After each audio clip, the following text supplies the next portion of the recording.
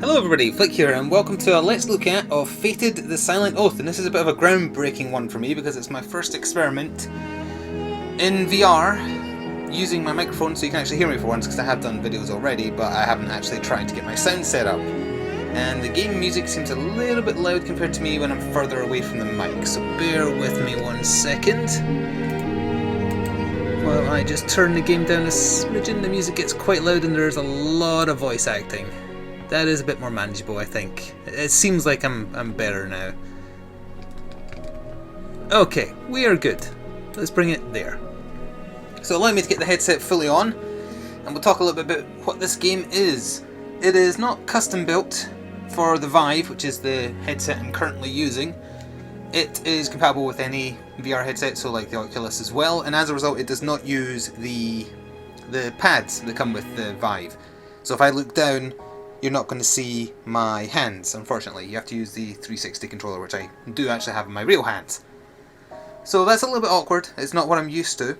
Also, for some reason, it will not capture full screen. It's the letterbox. It's not for it. Sorry, it's not like that for me as I'm actually looking through the headset. I have full 360 degree movement. If I turn around, you probably won't hear me as well if I'm facing the other way, but bear with it. So yeah, it doesn't look like that. It looks like a full picture on the headset. This is the first virtual reality game I've played which does not display in full screen on the PC, and I don't know why. Anyway, I have played through the entirety of Fated the Silent Oath, and we're going to take a look at just one of the chapters today, and I'll talk a little bit about the game as well. So let's go to chapter select. Let's see, so in total there are 4 chapters. We're going to take a look at chapter 2 today. So there will be spoilers. I'm going to try and not show too much, because the game actually isn't that long. It took me 75 minutes to get through the whole thing. It's quite the experience though, for some good reasons and some bad as well. But let's get into it. We'll do the entirety of Act 2, which will probably take us about 15 minutes, maybe 20, depending on how long I take. Let's jump in. A new beginning, chapter select. Override, oh, it's going to override my progress? No, okay. Multiple save slots, please. There will be a lot of talking at the start here, so I will let some of it play out and then I will have to talk over it a little bit, so I might turn down the volume then. The game it's an interactive movie experience, I guess you could say. You play as someone who is brought back by a god, and in return for being brought back from the dead, you're stripped of your voice. And you're brought back for a reason. You are to protect someone. It's kind of I don't think it specifically ever says who, but it implies it's either your wife or your child, but not both. So as we begin Act 2, we have been forced to leave our land. We can't talk. They know we can't talk, and they will react to us. It's basically like being the star of a Pixar movie. That's the kind of visual style it's got, as we'll see as we get started, and I will let them talk.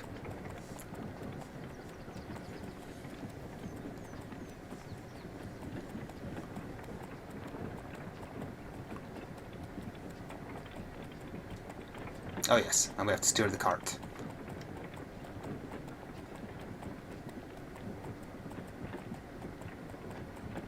Perhaps it is selfish with all that has happened, but when I look at you, Ulfr, I feel grateful. Look how well you are. And just yesterday, well, I don't even want to remember. So there is a moderate amount of interaction. There's a bow section, for instance. There's this section with the horse. And that the accident improved your driving? There is nodding and shaking your head mechanic that influences what they say. Well, I suppose it could hardly have made it any worse. So yeah, she said something different last time I shook my head. You know I'm only teasing. Edda was looking a little down this morning. I should check on her. Try not to roll us off the road in the meantime. I'll try. So yeah, it's unfortunate that for some reason I just cannot work out how to make this display full screen on the PC, because you don't really get the full grasp of feeling like you're in the game when you've got the headset on. I'm seeing it fully. If I look around, it's as if I'm looking around and there's some other characters, and they're going to natter away. You're supposed to listen, but I guess I can use this time to talk a little bit. The story, it sets it up really, really well, and we're going to get into an action piece in a little bit here that's really, really well done. And this section with the horses, I can see my hands. If I press left trigger, that's that. Right trigger is that. This stuff with the horse is great, but the sections where you're walking around, you don't use teleport movement, which is what I'm used to with all the Vive games I've played so far, as in the games specifically made for the Vive, that use the controllers to be your hands within the game. And as a result, when I was using the 360 controller to move around normally, not in the carriage, I experienced severe motion sickness. It was a struggle to get through the game as a result. Yes, hello, shut up. It was a struggle to get through some of the sections of the game because I just kept on getting motion sick. And it's the only VR game I've played so far that's done that to me, and I think it's because I had to use the 360 controller for movement. It does recommend sitting, but I had to stand, and I think that also had something to do with it as well. You're adopted.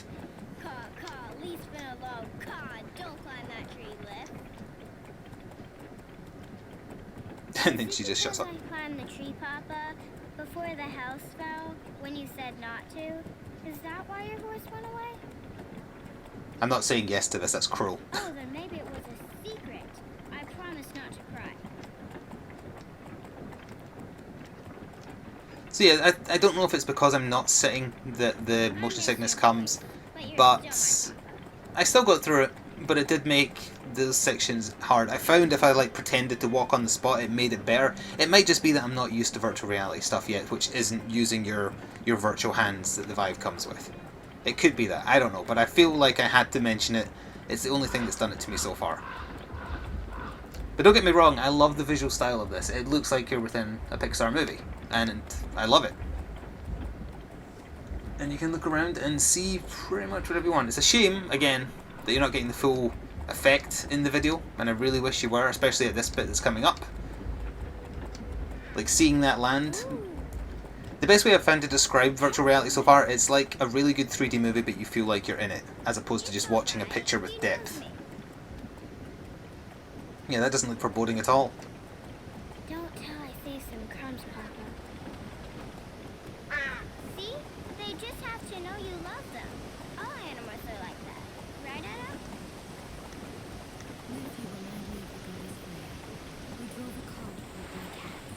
Silence, hippie. Freya. Just like Mama's name. I will steer this cart into the water.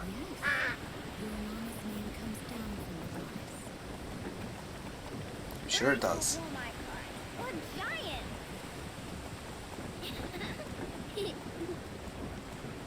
At this rate, your cart may be pulled by ravens sooner than you expect.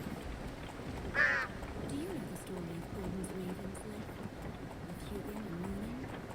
They flew across the 9 realms from morning to night and reported all they saw. Odin worried that Hugin, who represented thought, might not return. But even more so, he feared the loss of Moonin, who was desire. Because what moves us without desire? What did Hugin and Moonin report? Oh, they can sense all manner of disturbances.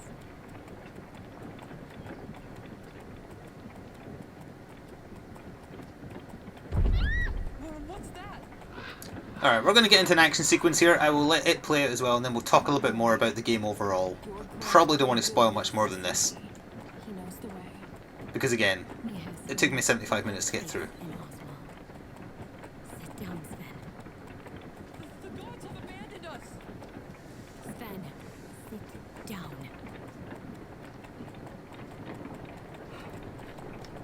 Why is it so cold? You'll notice that we're going faster all of a sudden.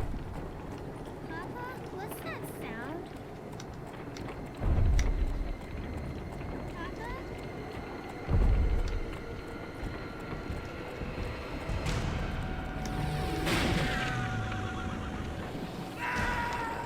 Get your heads down! That's a frost giant, by the way.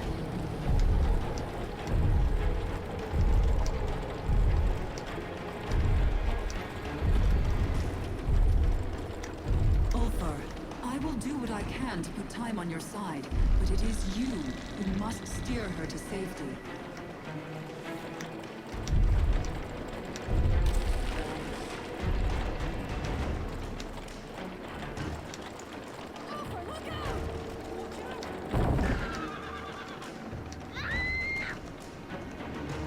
Nearly.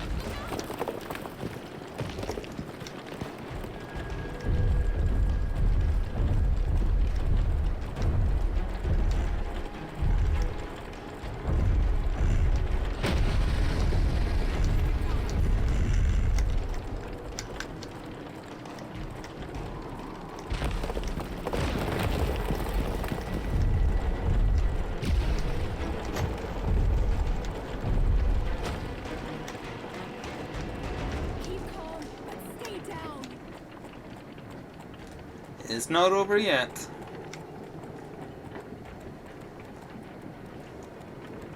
Come at me, spawn of evil!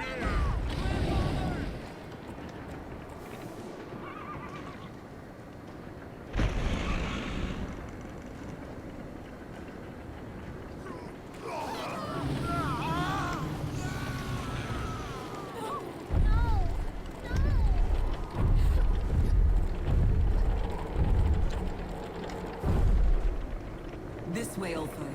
Follow me.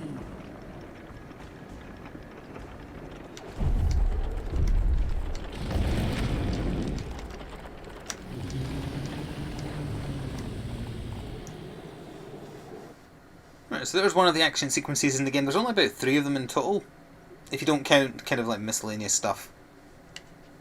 It's mostly a few puzzles with a lot of talking where you are the star. You're seeing it from the star's perspective. We'll let the intro to Act 3 play, but then I will pause it just so I can finish sharing my thoughts. We cannot let a chieftain go without a warrior's service. He died in honor. He did not believe in the giant's return. I should have insisted. Oswald was a brave and headstrong Jarl, who lived by his own code and died as he wished, Freya. And we will honor him now, as we do our clan. Ordinary people who stood to face death as the bravest fighters. Burial gifts. We should leave something for the afterlife. He's right. We don't have much, but perhaps we can make do.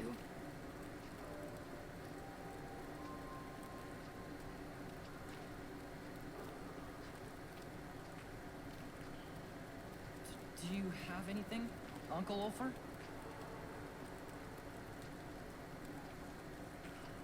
Here, Papa. I'll place these for you so the ravens can guide them back to Valhalla.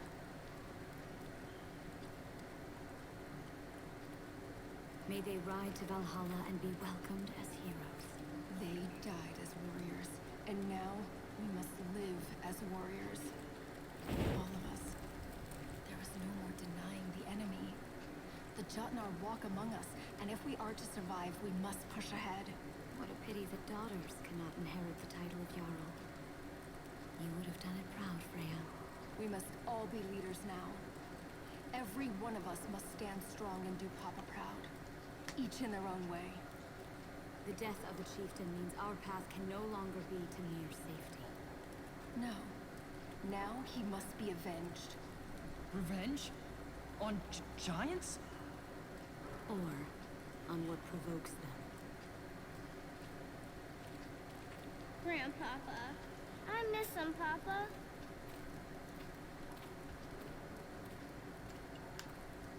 We must forge on and find the truth for ourselves. There must be some path out of this cavern.